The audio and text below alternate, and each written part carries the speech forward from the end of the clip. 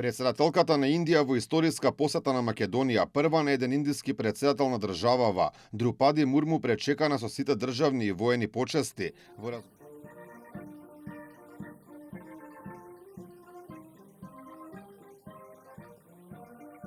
Во разговорите со председателката на Македонија Гордана Силјановска-Давкова, главна тема беше продлабочување на економската соработка, поставени се амбициозни цели, трговската размена меѓу Македонија и Индија да порасне од 133 милиони долари на 500 милиони во следните 5 години. Силјановска-Давкова вели дека Индија треба да ни биде пример како да напредуваме во економијата, бидејќи покрај тоа што станувало збор за една од најстарите и најтрајни цивилизации, тие се една од најголемите економски сили во светот. Дојде време нашето економско партнерство да го достигне квалитетот на нашите политички односи.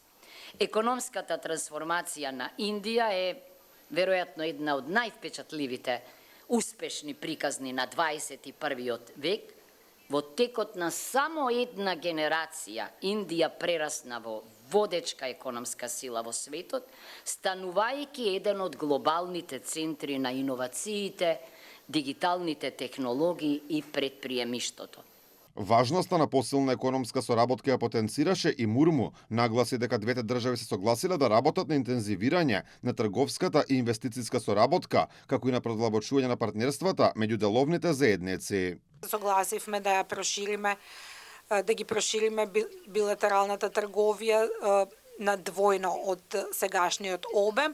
Разговаравме за соработка во клучни сектори, вклучително IT, земјоделство, обработка на храна, фармацевти, туризам, угостителство и аудиовизуални уметности.